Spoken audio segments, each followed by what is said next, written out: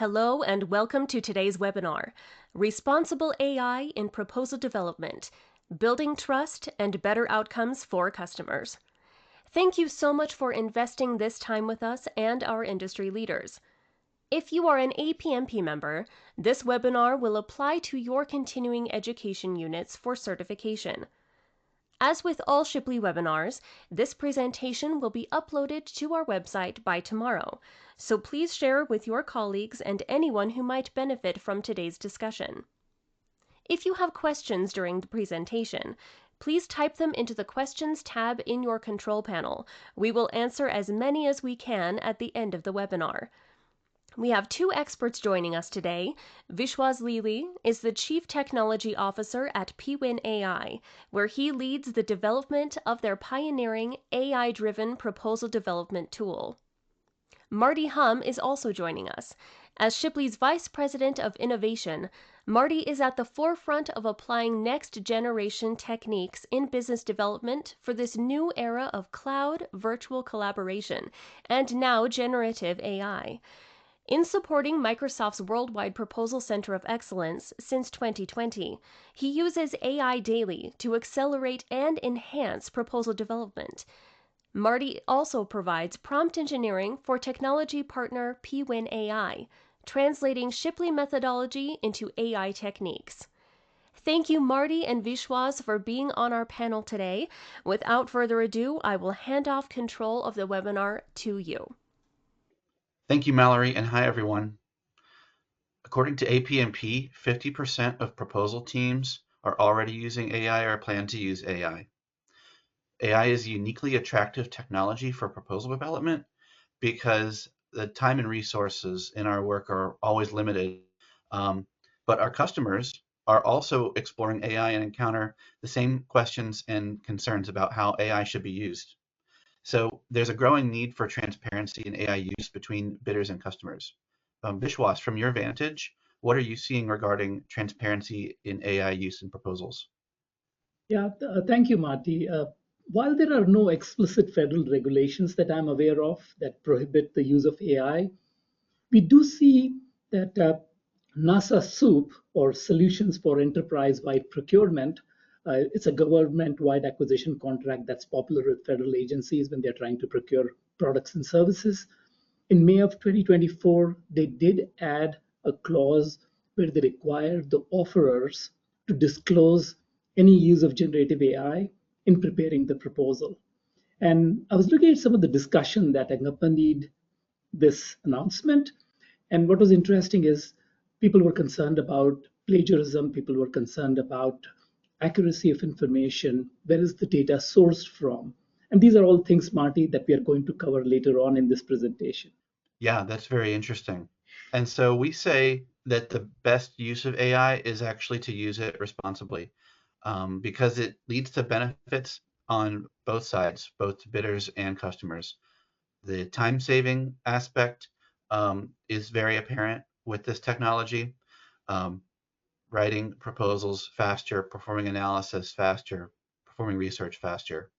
But then also the ability to perform that analysis leads to better solutions for your proposals, more bids potentially that you can submit in a given period of time, which should lead to more wins. So we say that the best use of AI is to use it responsibly because it leads to the best outcomes and benefits for both bidders and customers. On the bidder side, the time savings aspect is quite apparent with the speed at which this technology works, and to use it responsibly, as you'll see, leads to optimizing that time savings in a productive, valuable way. In addition to that, generative AI helps you to perform powerful analyses that may not have been possible before, again, due to maybe time or resource constraints to develop those solutions, which should lead to better proposals, more bids, and more wins for you. Now, our customers benefit from this as well.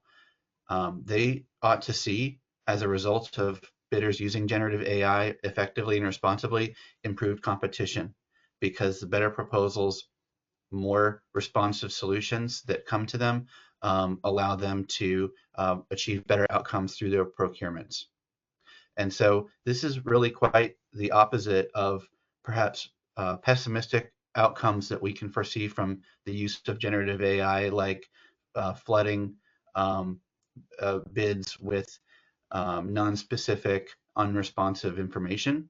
But that, as you'll see, would be only as a result of not using AI in a responsible way, as we'll talk about in this webinar.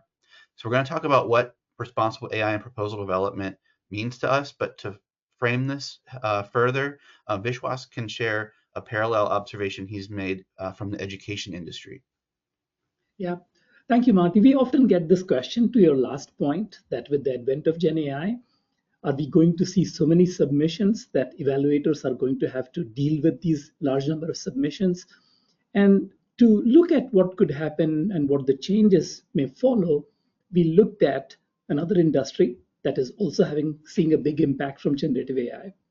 And as you can imagine, tools like ChatGPT have prompted educators around the world to reassess the traditional student evaluation methods. So universities across the world are adopting multifaceted evaluation strategies. So instead of solely relying on detection tools, and that's where we started, let's just detect AI generated content, but we are finding that those tools are limited. So rather than just trying to detect AI generated content, educators are employing a more diverse set of assessment methods to better gauge students' performance, at the same time uphold academic integrity. And as I was reading more about the kinds of things that educators are doing, I thought that there were some interesting lessons for us in the professional proposal writing community. So let's just take a look at a few of these. So as I mentioned earlier, that educators are redesigning these assessment tools, which means traditional submissions like essays or reports are being reevaluated to ensure that students can be measured on the capabilities and, frankly, take into account any AI augmentation that may have happened in those submissions. So this means educators are looking for, at the time of submission, they're looking for maybe personal reflection, looking for unique perspectives, looking for very specific experiences based on the student, or even asking students simply to rewrite their submission based on a impromptu scenario that educators are putting forth. So if you look at some of the impact, similar impact on the proposal writing front, we see that we are increased oral presentations. That's something that we have seen over the last few months. Wherever applicable, we are also seeing an emphasis on coding exercises. We are seeing additional emphasis on technical scenarios where people wanted to respond to a technical scenario. And then we also see a move towards more online submission for information. Finally, the last point I'll make is universities are putting together tailored guidelines on usage of AI. What does it mean to claim authorship when somebody's submitting a paper? What does it mean that they are authors of the paper? What are they required to disclose?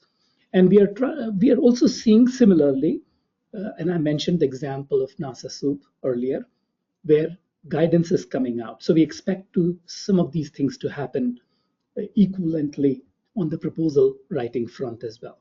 Yes, very interesting. And this reminds me of another way that perhaps evaluations may be changing and what it means for proposal writers.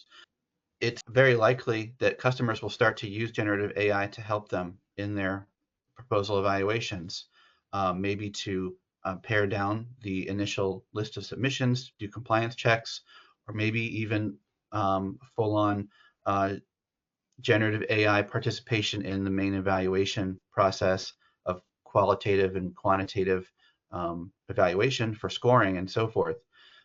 In Shipley, we've always taught that proposal writers need to write for the proposal evaluator, someone who isn't particularly a technical expert, who's been assigned a specific task of completing their scoring sheet for assigned sections and how to optimize for that. When we think about generative AI being a part of that evaluation, we have to think about what it may mean for optimizing our proposals for that as well.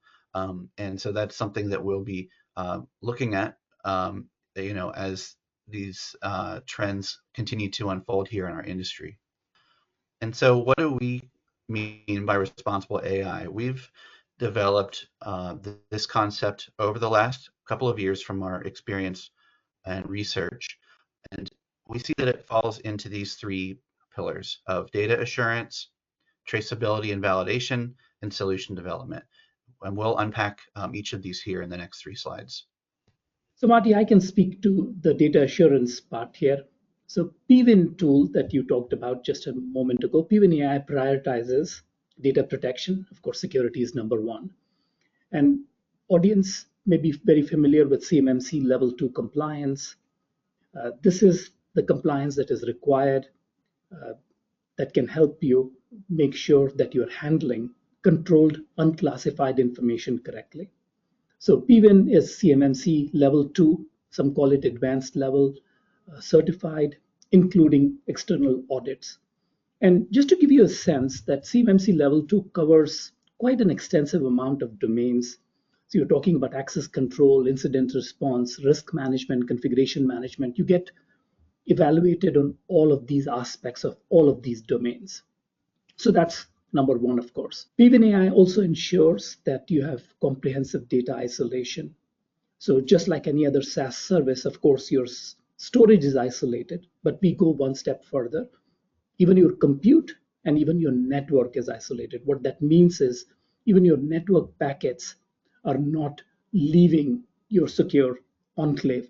And that's one of the reasons, Marty, that we scored really well on the external audit because of this additional comprehensive data isolation. So as I mentioned earlier, our SaaS is CMMC level 2 compliant, but we also offer the ability, if you so choose, to go to the Azure Marketplace and deploy pWin.ai directly within your secure enclave. If that's what you want, you could also take advantage of that. And then the final point I want to talk about from a data assurance perspective, pWin.ai never uses your data for training, which means any proprietary information that you have, sensitive information, remains private and solely within the control of the pWin customers. And the reason why this is so important is that, well, for one, the extent to which you can use your proprietary information, competition sensitive data, everything that you use like past proposals, capability documentation is how you get the most out of generative AI, that specific content, accurate, specific analyses for the opportunity that you're bidding on, and then also being able to work with the information that your customer provides. Being able to do that without constraints around data assurance, privacy, and security allows you to freely get the most out of an AI solution. And so that is an aspect of responsible AI because of how important it is now to be really carefully understanding where our data is and where it is going to honor the requirements of our customers in using their information and safeguarding your own competition sensitive information. So next then is traceability and validation. So Vishwas, tell us about how pWin technically supports this aspect. Sure, Marty. So as I had mentioned earlier, pWin only sources content from an organization's internal proprietary proposal library, which means any content we generate is grounded, is accurate, specific to your organization's past performance, your core capabilities, your past RFP responses that you may have submitted. And this exclusive sourcing prevents contamination from external sources or unreliable data. So because we are sourcing information from your own repository of information, we are able to provide better traceability and validation. So what do I mean by that? Each piece of content that we generate includes a citation report, which means we will tell you exactly which document and which section of the document did we retrieve that content from, so that you can go back to that document and verify for yourself. In addition to that, we also provide compliance checking as part of the validation. We know that language models can generate inaccurate information even when you constrain them to your organization's knowledge repository. So as an added measure of validation, we provide something called the hallucination report. So what we do is any content that pWin generates based on your organization's information, of course, we will extract the assertions from that content and then go validate that against your knowledge repository so that you have this added measure of confidence about accuracy. So up until now, I've talked about completeness, I've talked about compliance and hallucination, but ultimately the idea is to provide productivity benefits to human proposal writers and to make their job more efficient. And let me give you a couple of examples of analytical capabilities that we offer that can make your jobs more productive, make you more efficient at what you're doing. First and foremost, we have the readiness score. So once an RFP comes in, we have, of course, ingested the RFP. We understand the nuances of the RFP.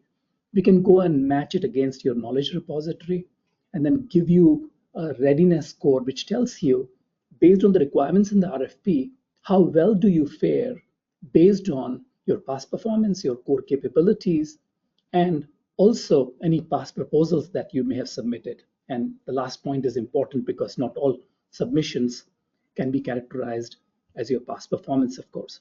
So readiness score becomes very important as you're looking at how well you are prepared to respond to an RFP. So Marty, here are some of the things of traceability and validation that pWin allows you to do.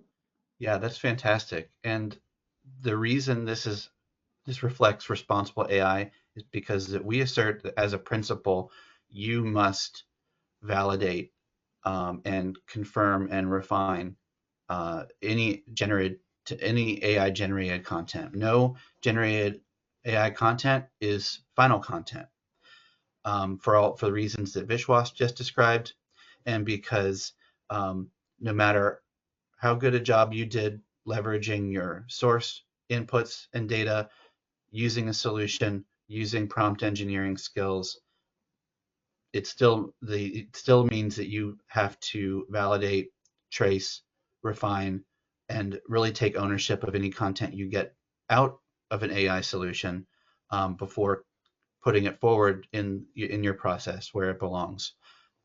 In acknowledgement of that, pWin provides these reports to make that part of your job easier, because it can kind of tell on itself where it can't confirm that it didn't hallucinate something, for example, or here's where the output doesn't seem to be quite lined up with compliance in a strict sense. And we know that in proposals, compliance is a strict concept, and so forth, so that you can prioritize where you go spend your time, which of course, again, is limited in the generated content, to resolve any issues, and where you may not need to spend so much time if the report indicates that things seem to check out from that compliance, completeness, and hallucination perspective.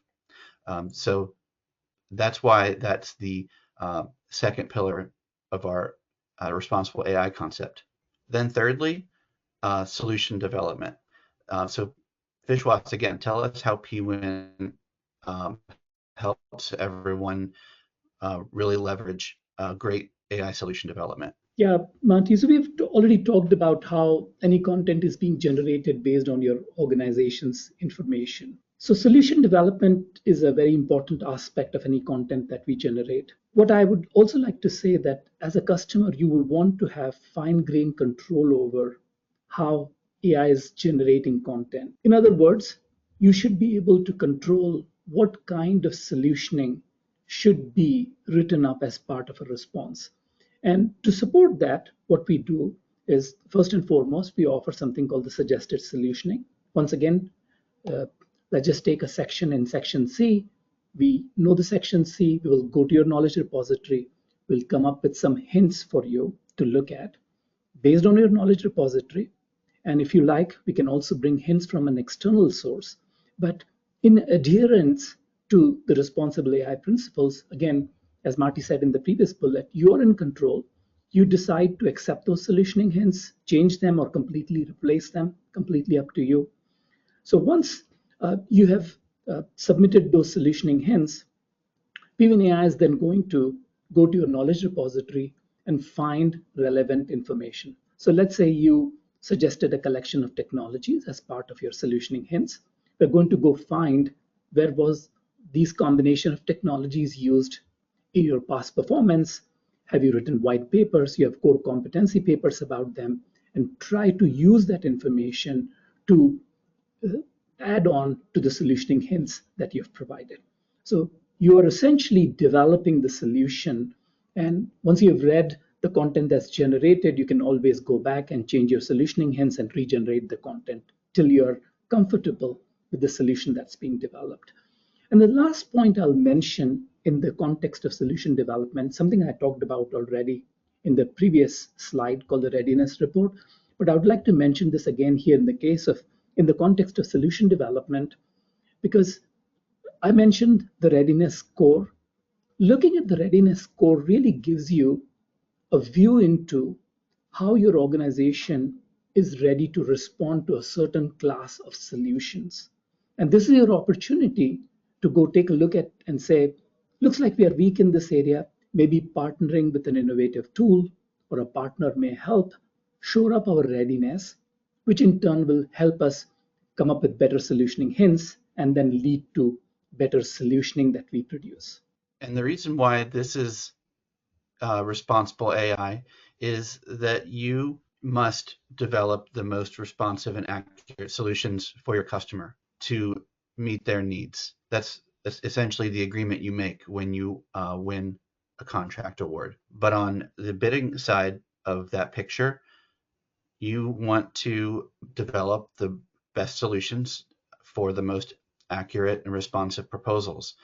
So generative AI helps you to leverage all the information you have in your organization through your knowledge repository to help find what are those winning pieces of the puzzle, so that you win more business and so that your customers receive the best capability in the product or service that you're providing. And so to summarize here, the idea is that bidders and customers are mutually on this AI adoption journey to discover how AI should be used, how it's best used in business. And we assert that responsible AI use leads to the best outcomes for all sides. And as responsible AI use is on you to understand and implement, it also just makes sense that the AI tools that you select and use in your organization should be aligned to that, so that it helps you get the best outcomes through the concept of responsible AI. So Vishwas can tell us all about what are the ways you should be looking at any AI tool that you're considering in its alignment to responsible AI. Yeah, thank you, Marty. This is a very important point. We've talked about responsible AI. We've talked about what you as an organization should do. It is also equally important to think about what can you expect from AI tools as you're looking at these tools to augment proposal writing. So let's start out by, first and foremost, you have to evaluate the quality and reliability of the data that is going to be used to generate a response. So we talked about how all the content should be based on your organization's proprietary data, because really there's no point in infusing some eloquent text from some external source that has got no connection to your past performance. That'll, of course, fall flat. Tools should be able to ingest relevant documents, of course, past proposals, but also documents like CPARs, agency evaluations.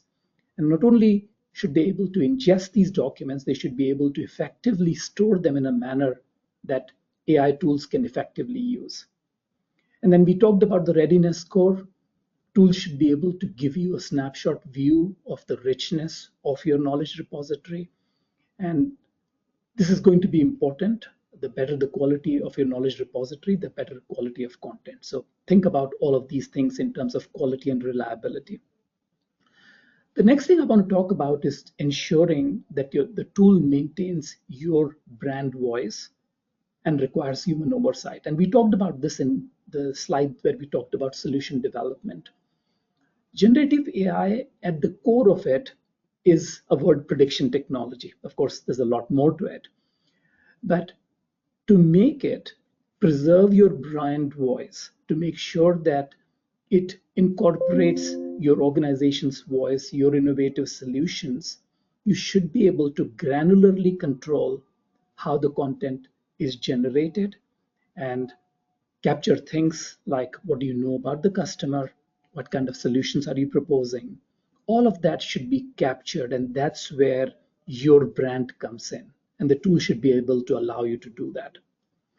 We have already talked about verifying data security measures. CMMC 2 level 2 is a must if you're trying to work with RFPs that deal with CUI data, but also the, the tenets of data isolation, the tenets of not letting your data be used for training, they're all important. The next thing I want to talk about is assessing compliance. We already talked about the NASA SOUP requirement, where offerers are required to disclose what generative AI tool they are using. Is the tool going to allow you to comply with that regulation? Which means, who is the real author behind it? Is the tool an assistive technology? Where is the information being sourced from? Is the information accurate? Are you able to cite the sources? These are all things go into responsible AI, and that will allow you to comply with not only the regulation that is out there, but the regulation that is coming out later on. And the final point I'll make is that any tool you use has to integrate with your existing workflows. And I'll give you a concrete example. Many proposal tools, many proposal teams use SharePoint as a repository of information. And there are constant updates being made to SharePoint. Documents are updated, new capabilities are being added. Is the tool going to allow you to synchronize the information in real time as you're making changes to SharePoint so that your AI models have the latest and greatest information to use when they're generating the response? If you have to explicitly go out and update the information into the AI tool every time you make a change elsewhere, chances are that your AI models will lag behind in information. So it's very important that your AI tools are integrated well with your existing workflows.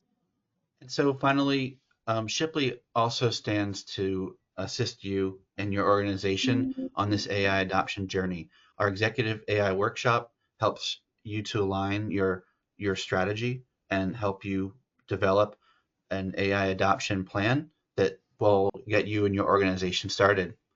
Our AI ready content management is a reinvention of our longtime content management support, but through the lens of what will make your knowledge, your content specifically ready for AI to best leverage so that you get the best output from generative AI.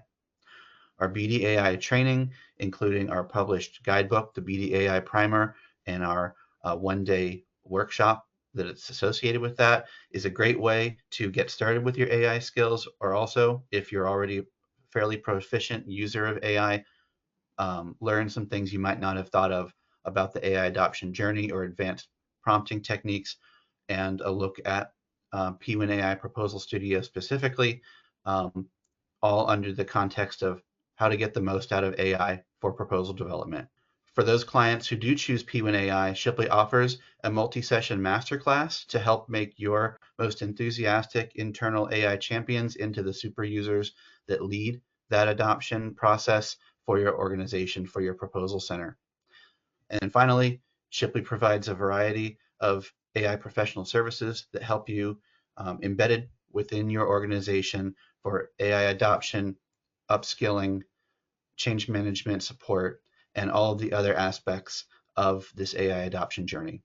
All right, thanks Vishwas, thanks Marty. I just wanted to touch really quick on a couple perks for our webinar attendees today. Of course, these links are also available in the chat, so you don't have to scan these QR codes.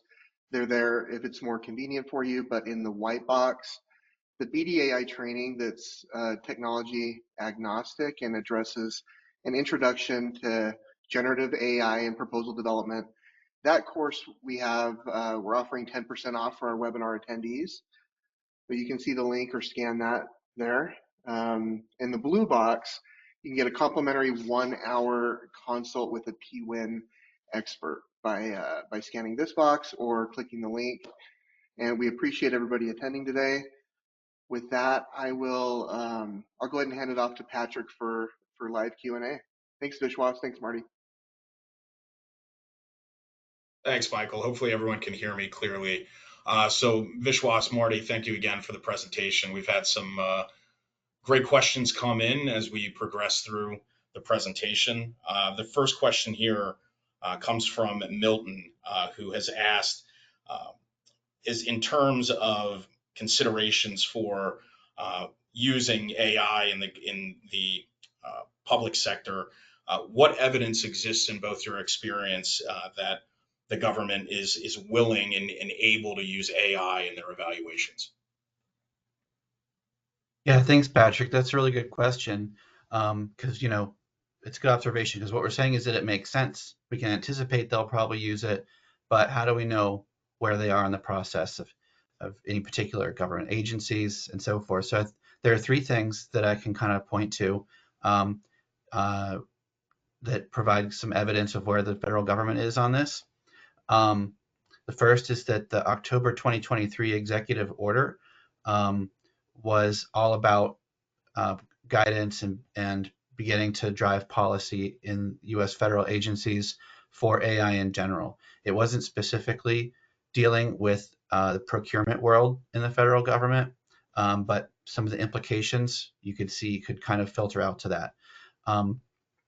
The second is that there are news articles that talk about how the U.S. Department of Veterans Affairs are using generative AI in claims processing from a kind of a healthcare standpoint. So again, that's not procurement, but then it also does show that there are federal departments and agencies that are already using generative AI tools, and so they're using that to help speed up the claims processing, which is a big issue in that world, of course. But the third one, which might be the most interesting and the most direct evidence that I'm aware of the federal government using AI potentially in proposal review, was actually out of the National Science Foundation. There is a notice to the research community dated December 14, 2023, that provides specific guidance around the use of generative AI tools in the merit review process. So the science research community obviously is a little bit of its own world compared to a lot of the federal procurement that maybe you bid within, but this is essentially how they're evaluating research proposals, and there's a bit of legalese, but it basically says if there is an approved generative AI tool, there are specific guidelines for using that. So it's not saying that you can't, but then here are the guidelines for how you would be able to use that in a compliant way with regard to information protection, confidentiality, and all the things that we've talked about under that data assurance idea as well in this webinar. So those are kind of three things I can point to that give us a clue as to where the federal government specifically is with using AI in proposal evaluations. Otherwise, I would expect to maybe start to see that come out of industry days. Those would be really good questions. If you're asking questions to the government, start asking, is the government using any AI tools to evaluate our proposal? Then you might start to see that in the RFPs kind of disclosed, or maybe part of your Section M evaluation criteria. So that would be a good thing to keep an eye out for and to dig into till we get a little bit clearer picture on maybe where the government is on that. Excellent. Thank you, Marty. Vishwas, here's a good question, I think, for you to answer, just given your role and expertise at pWin.ai. So there were some questions related to the adoption of best principles through the lens of a tool like pWin.ai, specifically involved in the writing generation. So how does pWin.ai actually understand best principles, and how does that translate over into the writing that it generates? Yeah, thank you, Patrick. So that's a great question.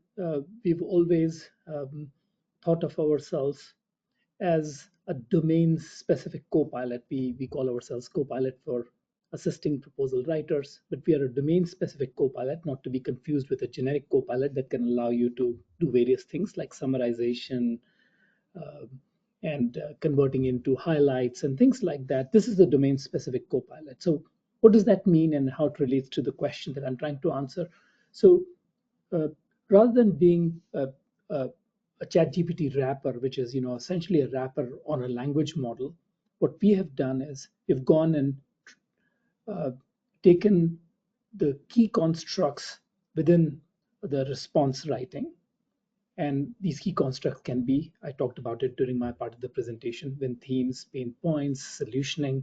These are all management plans. These are all key constructs as far as the proposal writing is concerned. And we have built not a thin veneer, but a thick veneer on top of language models to understand these constructs. And since we understand these constructs, we can then, when an incoming RFP comes in, we can flatten the requirements in terms of these constructs. So that's one part. When it comes to response generation, Patrick, Marty's here to showcase our partnership here. We are, we are leveraging the Shipley best practices that have been developed over, many of you are well familiar with this, over 50 years, de facto standard in terms of proposal writing, best practices, guidance. And we have worked very closely with Marty and team to encode these best practices and guidance in terms of the engineering we do, the instructions that we provide to the model, and how the response is generated.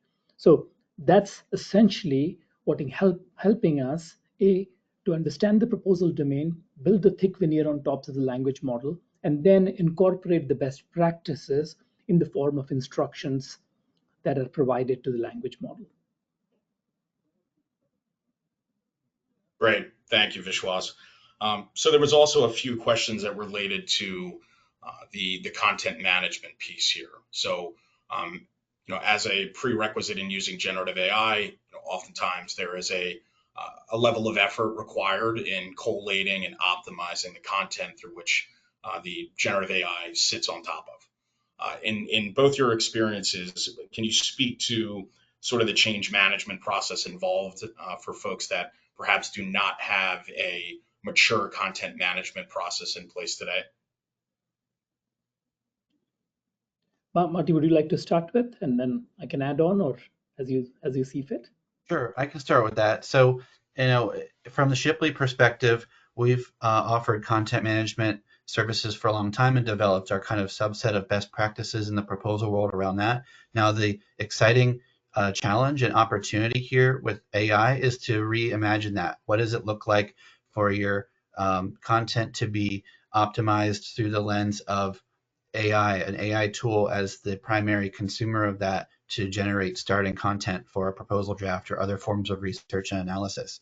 So we're in the process of reimagining that and in kind of putting that into practice, specifically with pWin. How do we figure out what really does make the best knowledge repository in pWin? How do we bridge that from what your information may look like in your organization? Is it completely scattered and disorganized? Do you have some form of library collected of past proposals? And how do we facilitate that? And so then, but then given that, I think Vishwas can add to maybe some of the technical aspects of what is successful in pWin right now. Yeah. So Patrick, there were Marty, great points. What I would like to add is, as Patrick, you said, in order for the AI models to generate high quality response, you have to make sure that you've collated that information, as you pointed out. And how does that collation happen in the world of generative AI? Industry is very used to organizing the information in a certain format and then using it to retrieve information through search and other techniques. But generative AI changes that, right? You have to think about how are you going to take these documents, which documents should you be focused on, how do you chunk these documents, how do you classify these documents. You have to think about all of these things, and don't forget the important aspect of synchronization, right? Your documents may be, as I mentioned earlier in the part of the webinar, your documents may be across SharePoint libraries or could be on other repository of choice. How do you ensure that when you're making changes to this source documents, those documents are constantly being fed into the knowledge repository that's being used by the AI to generate the content. So there are some considerations here as far as going back to the documents are concerned. How well have you attributed or created metadata around the documents? That's important. How can that metadata be leveraged? Uh, how do you deal with the cleanliness of the data? Uh, do you have a lot of duplicative documents? If you have a lot of duplicative documents, it can in some ways cause hallucination because the model may think that you're trying to overemphasize certain points. So you might have duplicative documents for various reasons. You've just put them all into the repository, but now it is overemphasizing to the model that this may be a more important thing to consider versus something else. So these are some considerations, concrete examples to what Marty was talking about in terms of how you should think about content management in the context of large language models and generative AI. Thank you both. So Diana had a series of questions as well, which I'm going to do my best in summarizing. But she asks about more of the cultural component of folks migrating more to an AI first type of model and AI proposal development versus human writing. In both your experience, how well have you seen AI generated evaluations being received versus human written proposals? And I think it also begs a larger question of, in terms of that cultural change, where are you seeing folks adopt new skill sets and existing roles in the BD and proposal lifecycle being repurposed now that AI serves as a role to automate some of these existing functions? Yeah. All right. So there's a lot in that. Maybe we have a follow-on webinar to address the pieces of that question. Um, let me hit a piece of that, and then Patrick, you can reprompt us here with another piece of it. So Absolutely. one thing I heard in that is the skills and how roles may be evolving in business development. So let's think about that. Um, AI literacy is, kind of the new computer literacy, right? If you've been working for long enough, you are part of the transition really into computers and the internet and cloud and virtual collaboration and all these things. AI literacy isn't even an extension of that. It's a whole new category of technical understanding that's also just practical life understanding at this point. And so I try to encapsulate that in a way of understanding generative AI and what it does as a next word guesser, and yet exhibit these apparently intelligent capabilities to help you in your work. So going down to fundamentals of what AI literacy is and how that builds up to complex skills and developing use cases that help you in your day-to-day work, that is kind of an overarching concept to be working on as if you want to, really succeed with the opportunities here with the generative AI content. Now, then, how does that translate into evolving roles or new roles?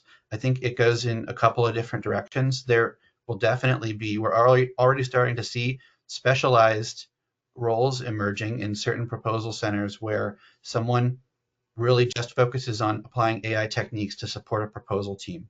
So imagine you still have your intact proposal team, like a proposal manager, some writers, the other contributors that are subject matter experts, the typical team, but then one person who is a little bit of an AI guru to really help move things along, accelerate things, like using AI to help get a starting win strategy, or maybe use pWin to help put together that first generated draft to get the team going faster. That's an example of what a specialized role might look like. But then in general, all of the roles, whether you're a proposal manager or a writer or a capture manager, or really any role out there, even graphic designers and creative professionals, generative AI allows you to generalize a little more because of how it empowers you to do a little more of what you might have relied on entirely from someone else to help. Like for a writer that really relies on the expertise of a subject matter expert to get started on writing a section, might be able to use AI to bridge that just a little bit so that they can show the subject matter expert something to kind of say, okay, it's great here, let's tweak this. Proposal managers may be able to reach more into the world of proposal writing by kind of the same means. So everyone is able to do a bit more, which is why, and I think this is another aspect of Diana's question. What does this look like as far as are we trying to favor the technology doing proposal writing and proposal development for us, or is it something different? And I think that well, what I've observed over the last 2 years is that absolutely generative AI is a technology that helps you at your expertise level do more faster, go deeper into the types of activities that you do, get more done. It does not overcome a level of expertise that you don't already have. And that goes back to the responsible AI concept of how we take it as a given 100% that AI content is never final content. If you can't validate it, you have to go find someone who can technically validate it.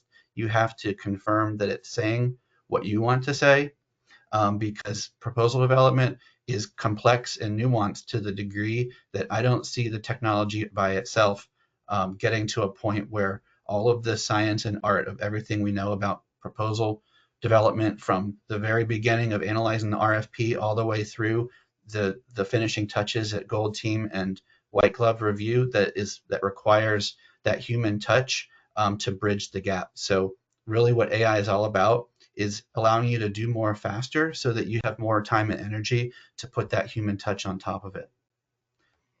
So I think that covers a few things. Vishwas, what would you add so far? Yeah, how can I follow after such a comprehensive reply, Marty? That was great. I would say just a couple of things.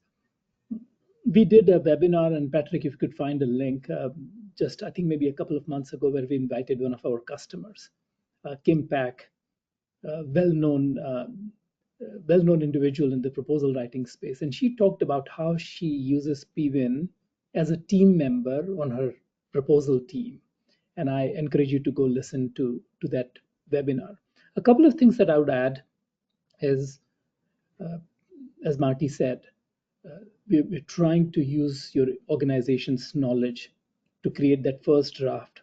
But I'll give you one example of a skill that I see more and more proposal writers doing.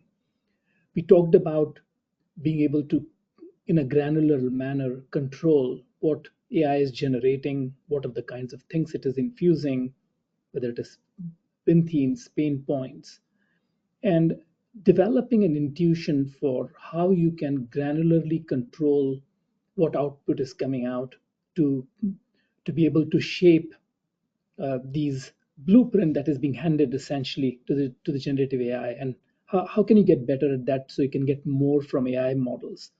I absolutely see that as an area that proposal writers will continue to learn and get better at and get more and more value from a tool like pWin. And then the final point I will say is, and again, we'll make this link available. I mentioned one of our customer webinars where they talked about how they're using pWin as a team member. I also like to point out a webinar. We talked about some of the limitations, and Marty touched upon a few, but we had a whole webinar talk about some of the limitations of generative AI and how you have to factor those in when you're using tools like generative AI for proposal development. So we'll make that link available.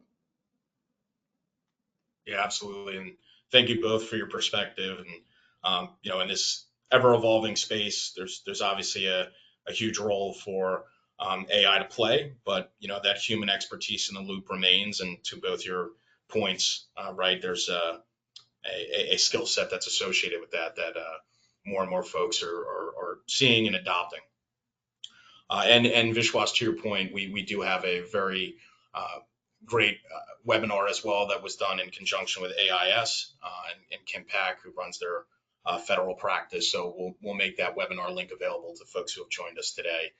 Really, really great perspective and a further breakdown of the role of AI, the role of the human in the loop, as more and more folks adopt these co-pilot solutions.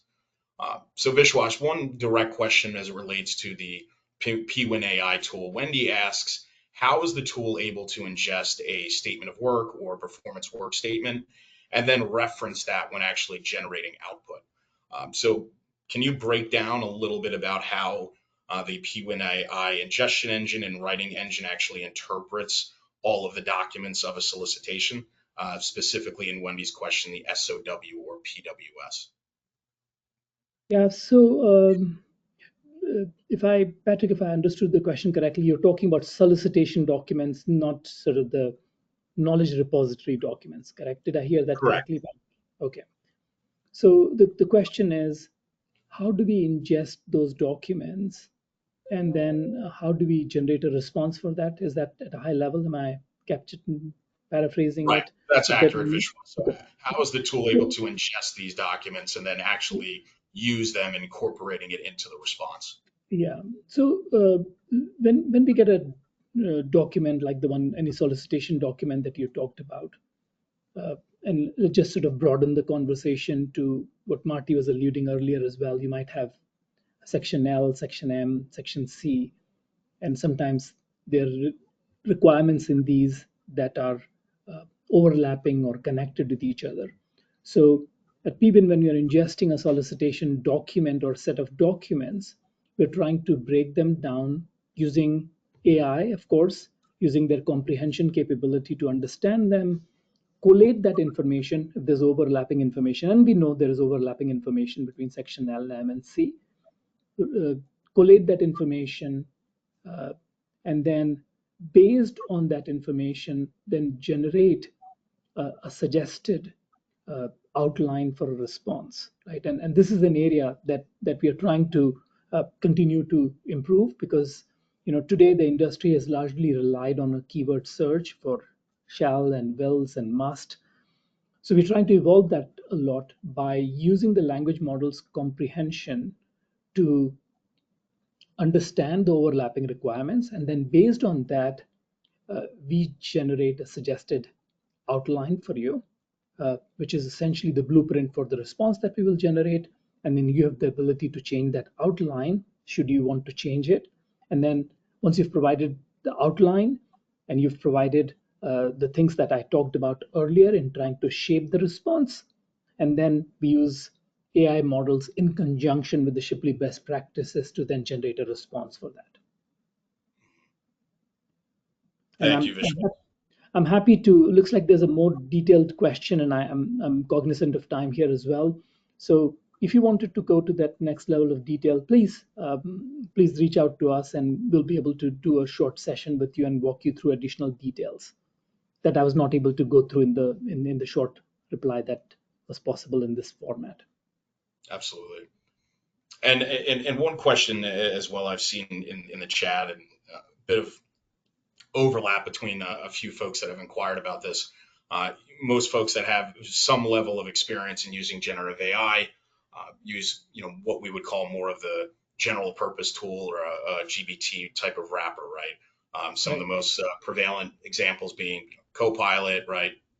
So in your both of your experience, can you speak to how, and you may have touched on this a bit during your presentation, but how a general purpose tool still remains of utility when you're adopting more of a specialized solution. So how the two would work in tandem with one another, and you would still see value between both. Marty, let me just take a quick crack at it, and then please add anything that I may have missed. So great question, by the way. I'm glad you're thinking about the different options, and there is absolutely a place for both. So as far as we are concerned, right, in terms of uh, we are a domains specific co-pilot, which means uh, we are not expecting you to write any prompts, right? We understand the high level requirements as I was alluding to earlier in the response to the previous question. We understand what is being asked of as part of the solicitation documents. And uh, one of our core differentiators is that we are not expecting you to write the prompts because these prompts have to be dynamically generated, right? Every organization's information is repository is different, of different levels of maturity, different richness. So we dynamically go and figure out what is available, and then we dynamically change the prompt to get more and more information from what is available, what you've provided to us, right?